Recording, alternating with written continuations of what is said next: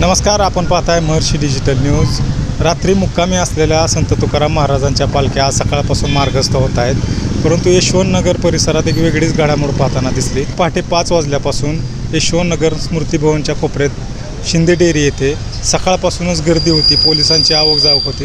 नेमकं काय घडले आपण पाठीमागे पाहू शकतो, हा बोर्ड आहे, इथं काहीतरी वाद असल्याचा प्रकार घडलेला आपल्याला पाहायला मिळाला। नेमकं काय प्रकार आहे आपण शिंदे डेअरीचे संचालक यांच्याकडून जाणून घेण्याचा प्रयत्न करू। काय सकाळपासून आपल्या डेअरीपाशी वाद दिसतोय, पोलिसांची आवक-जावक दिसते, काय झाले नेमकं? सर्वप्रथम मी लक्ष्मण शंकर शिंदे, शिंदे डेअरी या व्यवसायाचा सर्वात सर्वे व हा माझा लहान भाऊ नागेश शंकर शिंदे। आम्ही आमच्या उदरनिर्वाहासाठी हा शिंदे डेअरी व्यवसाय हा आम्ही या ठिकाणी करत आहोत।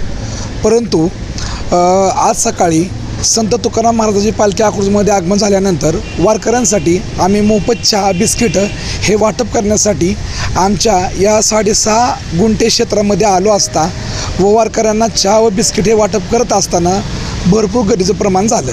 त्या गर्दीचा फायदा घेऊन एक 4 अनोळखी व्यक्ती इनोवा हायक्रॉस या गाडीमध्ये येऊन आम्हाला तुम्ही या ठिकाणी का आला, ही जागा आमची आहे। मग आम्ही त्यांना विचारलं की तुमच्याकडे कुठली कागदपत्रं नाही आहेत, तर तुम्ही हे जागा आमची कशी आहे म्हणून सांगता। या जागेचे सर्व कागदपत्र 7/12, गाव नमुना 8, असेसमेंट उतारा, ग्रामपंचायत यशवंतनगरला या ठिकाणी भरलेल्या सगळ्या पावत्या हे सगळं आमच्याकडं आहे। परंतु त्यांनी आम्हाला अशी धमकी दिली की माझ्याकडं खूप पैसा आहे, तुम्ही कुठल्याही परिस्थितीमध्ये जिंकू शकत नाही, मी सगळ्या गोष्टींचा पैशाचा व बळाचा वापर करून तुम्हाला इथून पळवून लावायला मी सक्षम आहे। त्याने नंतर इथून जाऊन कायद्याचा धाक दाखवून व शासकीय अधिकारी हाताखाली धरून आम्हाला इथून पळवून लावण्याचा प्रयत्न केला। याचे व्हिडिओ शूटिंग व गुगल मॅपमधनं व्हिडिओ हे आम्ही सगळे शूट केलेले आहेत। तरी हा जो दिलीप सूर्याजी माने, त्याचा भाऊ व त्याची मुलं यांच्याकडून मला व माझ्या परिवाराला संपवण्याचा पूर्ण कट रचला जात आहे। त्यांनी आम्हाला गोळ्या घालून मारतो अशी धमकी दिलेली आहे। तरी आम्हाला आपल्यामार्फत न्याय मिळावा व आमच्या कुटुंबाला संरक्षण मिळावं यासाठी आपण थोडा प्रयत्न करावा अशी आमची इच्छा आहे।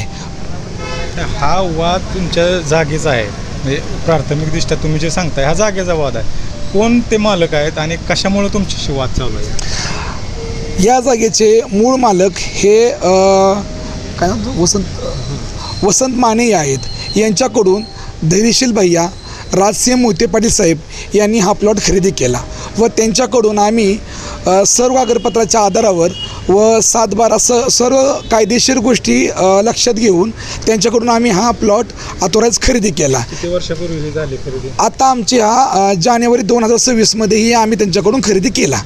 तर 1 महिन्यानंतर याचे 7/12 असेसमेंट उतारे, गाव नमुना 8 अशा सर्व शासकीय नोंदी आमच्याकडे आहेत व आमच्या नावावर झालेल्या आहेत। आता तुमच्या नावावर जागा झाली, 6 महिने झालं, जानेवारीमध्ये खरेदी केली, वाद कुठं सुरू झाला आहे, कशामुळे सुरू झाला? हा वाद ह्यांच्या भाऊभाऊकीतला होता। हा वसंत माने यांना काहीतरी जागा दिली असं यांचं म्हणणं आहे, पण ह्यांच्या विरोधात कोर्टात म्हणजे लोकांना माहिती दिलीप माने, वसंत माने हा त्यांचा चुलता, ह्यांच्या घरात काही व्यवहार झाला आहे असं यांचं म्हणणं आहे। परंतु वसंत माने यांनी कोर्टात त्यांची सगळी फिर्याद दिली आहे आणि सांगितलं की हा व्यवहार यांचा आमचा झालेला नाही, हा जागा बळकवत आहे। ह्यांच्या विरोधात निकाल लागलेले आहेत कोर्टात। तरी वसंत माने यांनी ही जागा धैर्यशील मोहिते पाटलांना विकली। त्यांच्याकडून आम्ही सगळे रितसर कागदाची पडताळणी करून आम्ही ती घेतली।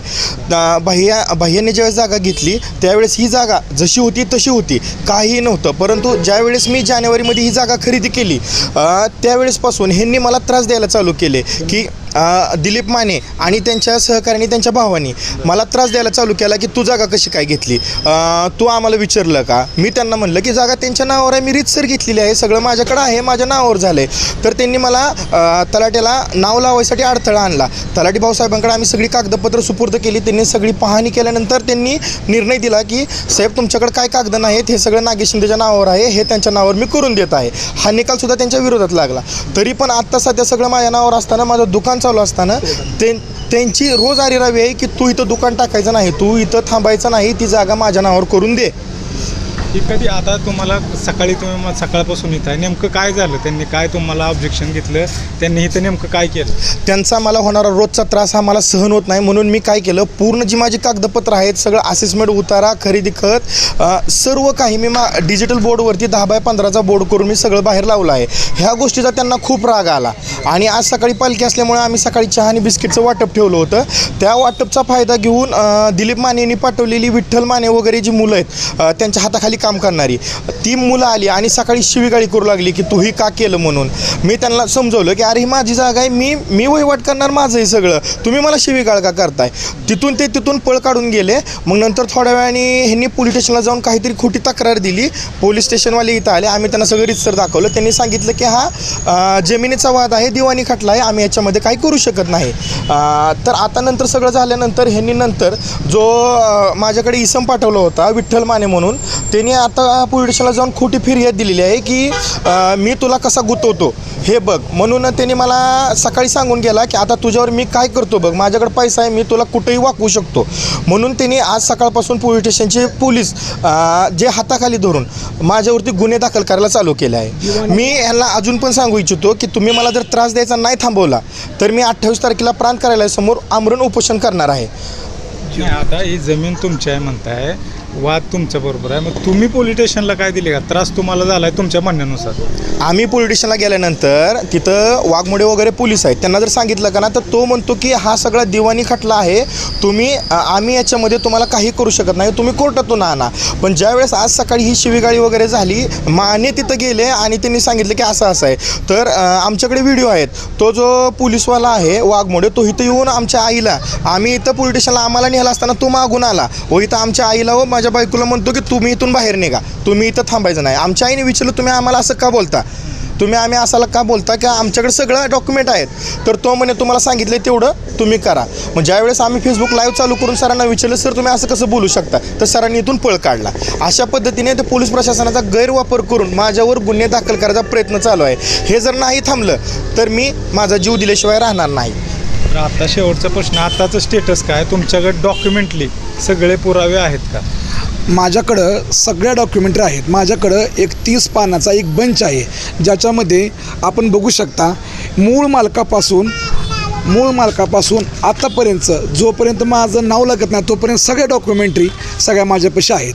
त्यांनी असेसमेंट उतार्यासाठी दिलीप माने यांनी कसे पैसे देऊन असेसमेंट उतारा लावला, असेसमेंट उतारा लावत असताना त्यांच्याकडून कशा चूकभूल झाल्या हे आम्ही ग्रामपंचायत यशवंतनगर या ठिकाणी निदर्शनास आणल्यानंतर ग्रामविकास अधिकाऱ्यांनी भिंगरदेवी म्हणून एक कोण अधिकारी आहे त्या अधिकाऱ्याला त्यांनी आज सकाळी त्यांनी एक 8 दिवसापूर्वी नोटीस काढलेली आहे.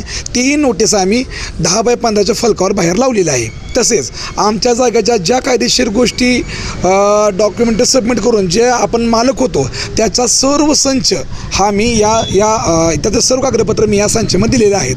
तसेच माझ्या जागेचा जो माझा मी मालक आहे त्या जागेचा पूर्ण डॉक्युमेंटरी हे खाली पोलीस स्टेशन DYSP यांनी न ऐकून घेतल्यामुळं मी हे मुख्यमंत्री, उपमुख्यमंत्री, SP, DYSP या सगळ्यांना संच देऊन त्यांची पोचपावती घेतलेली आहे.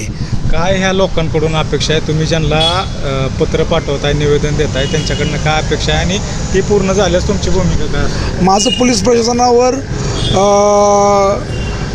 प्रशासनावर विश्वास आहे साहेब. कोण एक SP साहेब, DSP साहेब किंवा DIG साहेब ह्यांनी माझ्या कागदपत्राची पडताळणी करून ह्या जागेचा मालक नागेश शंकर शिंदे हा माझा छोटा भाऊ आहे हे सिद्ध हे पाहावं आणि त्यांनी आम्हाला न्याय करून द्यावा.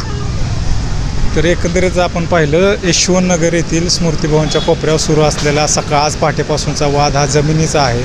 या नागेश शिंदे यांच्या म्हणण्यानुसार ही जी काही जमीन आहे ती माझ्या नावावर आहे, परंतु माने कुटुंबाकडून त्यांना सकाळपासून नाहक त्रास होतो आहे, त्यांच्याकडून धमकी दिली जाते. याबाबत पोलीस स्टेशन येथेही तक्रार दाखल करण्यात आलेली आहे त्यांच्याकडून. बघूया काय पोलीस प्रशासन निर्णय घेते, काय प्रशासन याबाबत निर्णय घेते. माझे सहकारी आमिर मोहोळकर सोबत सागर खरात, महर्षी डिजिटल न्यूज, यशवंतनगर.